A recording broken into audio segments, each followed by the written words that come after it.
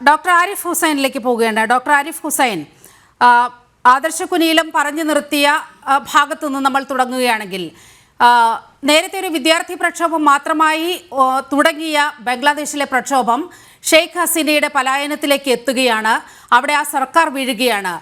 യഥാർത്ഥ കാരണം അതായിരുന്നുവെങ്കിൽ ആ പ്രക്ഷോഭം അവിടെ അവസാനിക്കേണ്ടതായിരുന്നു. ഇപ്പോൾ നോക്കൂ, ഷെയ്ഖ് ഹസീന പോയതിനു ശേഷം ഇടക്കാല സർക്കാർ രൂപീകരിക്കപ്പെടുന്നു.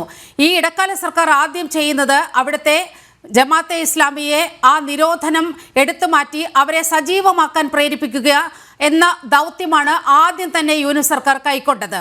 അതിനെ തുടർന്ന് ജമാഅത്തെ ഇസ്ലാമി അവിടെ നടത്തിയ കൊടും ക്രൂരതകളുടെ എണ്ണമറ്റ ഉദാഹരണങ്ങൾ നമ്മുടെ മുന്നിൽ നിൽക്കുകയാണ്. ഇങ്ങനെയാണോ ഒരു ജനാധിപത്യം പുനഃസ്ഥാപിക്കണമെന്നായിരുന്നു യഥാർത്ഥ ഉദ്ദേശമെങ്കിൽ അങ്ങനെയാണോ വേണ്ടിയിരുന്നത്? അവിടെ 1921 മാപ്പിള ലഹള, അതുപോലെ അനേകം കലാപങ്ങൾ കണ്ടു പരിചയിച്ചിട്ടുള്ള നമ്മളെ സംബന്ധിച്ചിടത്തോളം ഇതൊക്കെ കണ്ടിട്ട് എന്തിനാണ് ഇങ്ങനെയൊക്കെ ചോദ്യം ചോദിക്കണമെന്നാണ് ഞാൻ ചോദിക്കുന്നത്. ഇതിലൊരു അർത്ഥമില്ല.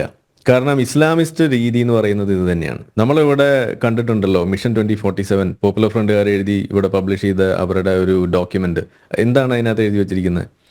നമ്മുടെ നാട്ടിലുള്ള ജനകീയ സമരങ്ങളെ, ജനകീയ വിഷയങ്ങളെ സമരമുഖത്ത് അത് ഏറ്റെടുത്തുകൊണ്ട് അതിൽ തങ്ങളാണ് ഏറ്റവും കൂടുതൽ നിറഞ്ഞു നിൽക്കുന്നത് എന്ന പ്രതീതി ഉണ്ടാക്കി ആ സമരങ്ങൾ തങ്ങളുടേതാക്കി മാറ്റി അതിനുശേഷം ആ വിഷയത്തിലൂടെ തങ്ങളുടെ ലക്ഷ്യമായ മതരാഷ്ട്ര സംസ്ഥാപനം എന്ന് പറയുന്ന സംഗതി അതിലൂടെ നടപ്പിലാക്കണമെന്ന ജമാഅത്ത് ഇസ്ലാമിയുടെ ആ അത്യന്തികമായ ലക്ഷ്യം അത് തന്നെയാണ് പോപ്പുലർ ഫ്രണ്ട് ആ മിഷൻ ഡോക്യുമെന്റിൽ എഴുതിയത്. അതാണ് നമ്മൾ ഇവിടെ ബംഗ്ലാദേശിൽ കാണുന്നത്, അതാണ് നമ്മൾ താലിബാൻ അവിടെ ചെയ്തത് കണ്ടത്, അതാണ് നമ്മൾ പാകിസ്ഥാനിൽ കാണുന്നത്, സിറിയയിൽ കാണുന്നത്. ഏത് ഇസ്ലാമിക റവല്യൂഷൻ നിങ്ങൾ എടുത്ത് നോക്കിക്കഴിഞ്ഞാൽ കാണുന്നത് തന്നെയാണ്. ബംഗ്ലാദേശിൽ കണ്ടത് ഒരു ഇസ്ലാമിക് റവല്യൂഷന്റെ എല്ലാ സൈൻസ് ആൻഡ് സിംറ്റംസ് തന്നെയാണ് നമ്മളവിടെ കണ്ടത്. അതിന് അവരെടുക്കുന്ന പല വഴികളുണ്ട്, അതിലൊരു വഴി മാത്രമാണത്. ഇതിൽ ഇത്ര വലിയ അത്ഭുതമൊന്നും ഉണ്ട് എന്ന് എനിക്ക് തോന്നുന്നില്ല. അതാണ് ഒന്നാമത്തെ കാര്യം. ഇനി അത് അങ്ങനെ ഉണ്ടായിരിക്കെ അത് വലിയ തോതിൽ അതിനെ കീറി മുറിച്ച് നമ്മൾ അതിനകത്തുള്ള കാര്യങ്ങൾ പറയാൻ ഇറങ്ങിത്തിരിക്കുമ്പോൾ നമുക്കുണ്ടാകുന്ന ബുദ്ധിമുട്ട് അതിനകത്ത് അഡ്രസ് ചെയ്യപ്പെടണം എന്നുള്ളത് മാത്രം ഒഴിച്ചു നിർത്തിയാൽ ബാക്കിയുള്ള കാര്യങ്ങളിലൊന്നും പ്രത്യേകിച്ചൊന്നും പറയാനില്ല എന്നാണ് എനിക്ക് പറയാനുള്ളത്. കാരണം അതൊരു കോമൺ പാറ്റേൺ ആണ്. ഇപ്പൊ ഇന്ത്യ എന്ന നിലയ്ക്ക് നമ്മൾ നോക്കുമ്പോൾ ഒരു വശത്ത് പാകിസ്ഥാനും മറ്റൊരു വശത്ത് ബംഗ്ലാദേശും ഒരുപോലെ രോഗാതുരമായിട്ട് നിൽക്കുന്ന ഒരു അവസ്ഥ ഉണ്ടായാൽ അത് നമ്മുടെ രാജ്യത്തിന്റെ വളർച്ചയ്ക്ക് വലിയ തോതിൽ ബുദ്ധിമുട്ടുണ്ടാകുന്ന കാര്യമാണ്. അതാണ് ഇതിൽ ഞാൻ കാണുന്ന ഒരു പ്രധാന പ്രശ്നം. ഇനി ഇതിൽ സംസാരിക്കുന്ന സമയത്ത് പരാമർശിക്കപ്പെടാതെ പോകുന്നൊരു കാര്യം കൂടി സൂചിപ്പിക്കണം എന്നാണ് ഞാൻ വിചാരിക്കുന്നത്. ഇവിടെ ആവർത്തിച്ച് നമ്മൾ അവതാരികയാണെങ്കിൽ ചോദിക്കുന്നത് കേൾക്കുന്നു, അല്ലെങ്കിൽ മറ്റുള്ള ആളുകളൊക്കെ ചോദിക്കുന്നത് സ്ഥിരമായിട്ട്, ഇവിടെ മാത്രമല്ല പൊതുവേ നമ്മൾ കേൾക്കുന്ന കാര്യമാണ്, എന്തുകൊണ്ട് ഈ വിഷയത്തിൽ ഇടപെടുന്നില്ല, അല്ലെങ്കിൽ എന്തുകൊണ്ട് ഹിന്ദു കൂട്ടക്കൊല എന്ന് വിളിക്കുന്നില്ല, എന്തുകൊണ്ട് ഈ പ്രശ്നത്തെ കുറച്ച് കാണുന്നു എന്നിങ്ങനെ ആവർത്തിച്ച് ചോദിക്കുമ്പോൾ അവിടെ വരുന്നൊരു കാര്യമുണ്ട്. അതായത് ആ ഒരു വിക്ടിംഹുഡ് എന്ന് പറയുന്ന ഒരു സംഗതി അത് അങ്ങ് സ്ഥാപിക്കുക എന്നുള്ള ഒരു ആവശ്യവും അത് വെച്ചുകൊണ്ട് കാര്യങ്ങളെ കാണാൻ വേണ്ടിയിട്ട് പ്രേരിപ്പിക്കുക, അത് വെച്ചുകൊണ്ട് ഒരു മാനിപ്പുലേഷൻ പോലും സാധ്യമാകുന്ന രീതിയിൽ ഒരു രീതി പൊതുവെ നമ്മുടെ നാട്ടിലുണ്ട് ഈ വിക്ടിംഹുഡിന് എന്ന് പറയുന്നതിന്. അത് ഏറ്റവും ഫലപ്രദമായിട്ട് ഉപയോഗിച്ചുകൊണ്ട് ലോകത്തെ മുഴുവൻ കൺട്രോൾ ചെയ്തിരിക്കുന്ന, വളരെ വിജയകരമായിട്ട് അത് ചെയ്തിട്ടുള്ളത് ഒരേ ഒരു കൂട്ടം ആളുകളെന്നേ ഞാൻ പറയുള്ളൂ. അത് നമ്മളുടെ രണ്ടു കൂട്ടം ആളുകളുണ്ടെന്നേ ഞാൻ പറയുള്ളൂ. അതിൽ ഒന്നാമത്തെ കൂട്ടം ആളുകൾ കമ്മ്യൂണിസ്റ്റുകാരാണ്, രണ്ടാമത്തെ കൂട്ടം ആളുകൾ അത് ഇവിടുത്തെ ഇസ്ലാമിസ്റ്റുകളാണ്. നമ്മളിപ്പോൾ ഗാസയിലേക്ക് വിഷയം പറയുമ്പോൾ അവിടെ ഉണ്ടായിരുന്ന വിഷയം എന്ത് എന്ന് പോലും ഒരാളെ കൊണ്ട് അതിനകത്തൊരു സംശയം പോലും ഉണ്ടാകാൻ അനുവദിക്കാത്ത രീതിയിൽ അവരെ മാനിപ്പുലേറ്റ് ചെയ്ത്, അവരെ അങ്ങനെ ചിന്തിക്കുന്ന ആളെ നിങ്ങൾ സയനിസ്റ്റ് ആണ് എന്ന് വരെ പറഞ്ഞു വെച്ച് അവരെ നിശബ്ദരാക്കുന്ന രീതിയിലേക്ക് ആ വിഷയത്തെ ഇതുപോലെ റാഞ്ചി കൊണ്ടുപോയി ഹൈജാക്ക് ചെയ്ത് കൊണ്ടുപോയിട്ടുണ്ടെങ്കിൽ അത് തന്നെയാണ് അവരുടെ വിജയം എന്ന് പറയുന്നത്. അതേസമയം ആ രീതിയിൽ ഒരു വിക്ടിംഹുഡ് കളിക്കാൻ ഹിന്ദുക്കളെ കിട്ടില്ല എന്നതാണ് ഇതിൽ നമ്മൾ ആദ്യം മനസ്സിലാക്കേണ്ടത്. കാരണം എന്താണ്, അതൊരു നല്ല ട്രേറ്റ് ആണെന്നേ ഞാൻ പറയുള്ളൂ. പകരം നമ്മൾ അവിടെ ചെയ്യേണ്ടത് എന്താണ്, ഞാൻ ഈ വിഷയം നിങ്ങളിങ്ങനെ ചോദിക്കുമ്പോഴും അതിൽ ഒരു ഭാഗം മാത്രം നമ്മൾ എടുക്കുന്നത് ഒരു ഒറ്റ കാര്യം മാത്രമാണ്. അതായത് ഈ വിഷയത്തിൽ ഒരു മനുഷ്യാവകാശ ലംഘനം അവിടെ ഉണ്ടായിട്ട് അത് അഡ്രസ്സ് ചെയ്യപ്പെടാതെ പോകുന്നു എന്നതിൽ മാത്രമാണ് നമ്മളുടെ പ്രശ്നമുള്ളൂ. എൻ്റെ പ്രശ്നം അതാണ്. അത് ഒരു ഹിന്ദു ആയതിൻ്റെ പേരിലോ ഒരു മുസ്ലിം ആയതിൻ്റെ പേരിലോ അല്ല, അത് മനുഷ്യനായി എന്നതിൻ്റെ പേരിലാണ് ഈ പ്രശ്നം. അത് എവിടെയാണെങ്കിലും അത് അഡ്രസ്സ് ചെയ്യപ്പെടണം ഉള്ളിടത്താണ് അതിൻ്റെ പ്രശ്നം കിടക്കുന്നത്. അതല്ലാതെ നമ്മളെ സ്വരാജൊക്കെ പറഞ്ഞതുപോലെ പലസ്തീൻകാരൻ പീഡിത സമൂഹമാണ്, അവൻ എന്ത് തെറ്റ് ചെയ്താലും എന്ത് പോക്കിരിതരം കാണിച്ചാലും അത് നമ്മൾ ക്ഷമിച്ചോളണം, കാരണം അവർ പീഡിത സമൂഹമാണ് എന്ന് ഏതൊക്കെയോ പുസ്തകമൊക്കെ കോട്ട് ചെയ്തിട്ട് പറയണതൊക്കെ നമ്മൾ കേൾക്കുമ്പോൾ അങ്ങനത്തെ ന്യായവാദങ്ങളോടൊന്നും നമുക്ക് യോജിക്കാൻ കഴിയില്ല. അതല്ല അതിൻ്റെ രീതി. അവിടെ അതിനോട് നമുക്ക് യോജിക്കാൻ കഴിയില്ല എന്ന് നമുക്ക് ഉറക്കെ പറയാൻ കഴിയണം എന്നുള്ളിടത്താണ് ഈ പ്രശ്നത്തിന്റെ ഒരു വ്യാപ്തി കിടക്കുന്നത്. അവിടെയാണ് ഈ വിക്ടിംഹുഡ് എങ്ങനെയാണ് ആളുകളെ പ്രശ്നത്തിൽ കൊണ്ടെത്തിക്കുക എന്നുള്ളത്. ഇവിടെ ഈ വിക്ടിംഹുഡ് എന്ന് പറയുന്നത് അത് വിക്ടിം കാർഡ് കളിക്കുക എന്നൊക്കെ പറയുന്നത് അത് കളിക്കുന്നതും ഒരു പ്രശ്നമാണ്, ആ കളിയിൽ പെട്ടുപോകുന്ന ആ ട്രാപ്പിൽ പെട്ടുപോകുന്നതും ഒരു പ്രശ്നമാണ്. ഇവിടെ ഈ ട്രാപ്പിൽ പെട്ടുപോയ ആളുകളാണ് ഇവിടെയുള്ള കോൺഗ്രസ്സുകാരും ഇവിടെയുള്ള BJP അടക്കം ആ ട്രാപ്പിൽ പെട്ടിട്ടുള്ള ആളുകളാണ് പലപ്പോഴും. അതേസമയം ഈ ട്രാപ്പ് ഉണ്ടാക്കി വെച്ചിട്ട് ആളുകളെ കളിപ്പിക്കുന്ന ആളുകളുണ്ട് ഇവിടെ. അതിൽ ഏറ്റവും പ്രധാനമാണ് ഇവിടുത്തെ മുസ്ലിം വിഭാഗങ്ങൾ, അതായത് ഇവിടുത്തെ ജമാഅത്ത് ഇസ്ലാമിയും അല്ലെങ്കിൽ പോപ്പുലർ ഫ്രണ്ടും എല്ലാം അതിനകത്ത് ആ കളി വളരെ ഭംഗിയായിട്ട് കളിക്കുന്ന ആളുകളാണ്. അത് നമുക്ക് തിരിച്ചറിയാൻ കഴിയുന്നുണ്ടോ എന്നോടത്താണ് നമ്മൾ ആലോചിക്കേണ്ടത്. അത് പറ്റുന്നില്ല. രാഷ്ട്രീയക്കാരടക്കം അതിനകത്ത് പെടുന്നു.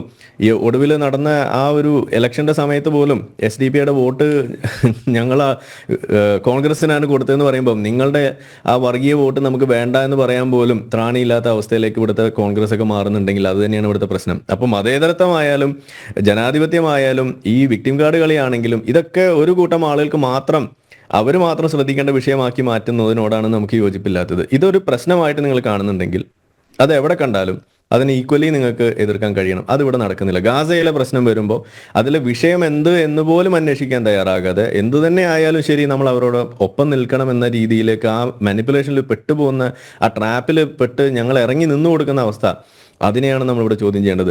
ഇപ്പുറത്തെ ഒരു വലിയ തോതിലുള്ള ഒരു ഹ്യൂമൻ റൈറ്റ്സ് വയലേഷൻ നടക്കുമ്പോൾ അത് കാണാതെ അവിടെ അതിൽ അങ്ങനെ ഒരു പ്രശ്നമില്ല. നമ്മൾ ചില ചർച്ചയൊക്കെ ഇവിടെ കണ്ടു, അത് റിപ്പോർട്ടിങ് BBC വന്നത് നിങ്ങൾ വായിക്കാത്തതുകൊണ്ടാണ് എന്നൊക്കെ പറഞ്ഞിട്ട് അതിനെ ലഘൂകരിക്കുന്ന കാഴ്ച.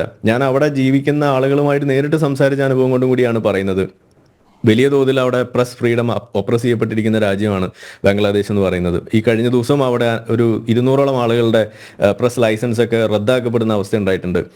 വക്കീലന്മാരായിട്ടുള്ള ആളുകൾക്ക് ഓപ്പണായിട്ട് അവിടെ ഡിഫെൻഡ് ചെയ്യാൻ പോലും മുന്നോട്ട് വരാൻ സാധിക്കാത്ത അവസ്ഥ അവിടെ ഉണ്ട്. അതവിടെ സംഭവിക്കുന്നു. അവിടെ നിലവിലുള്ള സർക്കാരിന് ഏതെങ്കിലും വിധേന വാചാകർമ്മണ ഏതെങ്കിലും വിധേന അതിനെ ഒന്ന് വിമർശിച്ചാൽ അവർ നാട്ടിലില്ലാത്തവരാണെങ്കിൽ പോലും സോഷ്യൽ മീഡിയയിലൂടെ എന്തെങ്കിലും ചെയ്തു കഴിഞ്ഞാൽ പോലും അവരുടെ വീട്ടുകാരെ ട്രാപ്പ് ചെയ്യുന്ന അവസ്ഥ, അവരെ ടാർഗറ്റ് ചെയ്യുന്ന, കൊന്നു തള്ളുന്ന അവസ്ഥ. അതിൽ തന്നെ ഹിന്ദുക്കളായിട്ടുള്ള ആളുകളാണ് ഇതേപോലെ എന്തെങ്കിലും ചെയ്യുന്നത് എന്നുണ്ടെങ്കിൽ അവരുടെ വീട് മാത്രമല്ല അവർ താമസിക്കുന്ന ആ പഞ്ചായത്ത് അടക്കം കത്തിച്ച് കളയുന്ന കാഴ്ച, ഇതാണ് അവിടെ നടക്കുന്നത്.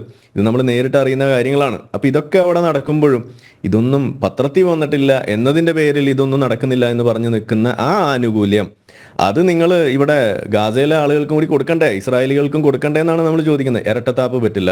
മനുഷ്യാവകാശം എന്ന് പറയുമ്പോൾ അത് എല്ലാ മനുഷ്യർക്കും കൊടുക്കാൻ നിങ്ങൾക്ക് സാധിക്കുന്നില്ല എന്നുണ്ടെങ്കിൽ അങ്ങനെ ഈ പക്ഷം ചേർന്നുകൊണ്ട് മനുഷ്യാവകാശം പറയുന്ന ആളുകൾക്ക് അതിനുള്ള അവകാശം ഇല്ല എന്ന് തന്നെയാണ് നമ്മൾ പറയുള്ളൂ.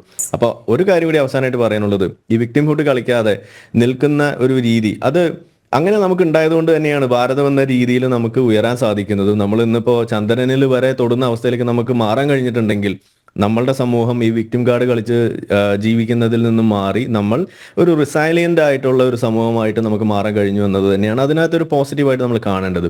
അതിന് പകരം ഇത് കാണുന്നില്ല എന്ന് ചോദിച്ച് നിരന്തരം ഇത് തന്നെ ചോദിക്കുന്നതിനോട് എനിക്ക് യോജിപ്പില്ല. കാരണം അത് നിങ്ങൾ ഒരു തരത്തിൽ പറഞ്ഞു കഴിഞ്ഞാൽ ഇപ്പുറത്ത് ഇവർ കാണിക്കുന്ന ഈ ഒരു വിക്ടിംഹുഡ്, ആ ഒരു ട്രാപ്പ്, അത് നമ്മളും കളിക്കണം, നമുക്കും കളിക്കാനുള്ള ഒരു അവകാശം ഇവിടെ ഉണ്ട് എന്ന് അത് നോർമലൈസ് ചെയ്യുന്നതിന് തുല്യമാണ്. അതുവഴി ഉണ്ടാകുന്ന വയലൻസിനടക്കം അത് നോർമലൈസ് ചെയ്യുന്നതിന് തുല്യമാണ്. അതിനോട് എനിക്ക് യോജിപ്പില്ല എന്ന് മാത്രമേ പറയാനുള്ളൂ. പക്ഷെ പറഞ്ഞു ഈ വിഷയം അത് അഡ്രസ്സ് ചെയ്യപ്പെടണം. അതിലെ ഇരട്ടത്താപ്പുകൾ നമ്മൾ തുറന്നു കാണിക്കുക തന്നെ വേണമെന്ന് തന്നെയാണ് അവസാനമായിട്ടും പറയാനുള്ളത്.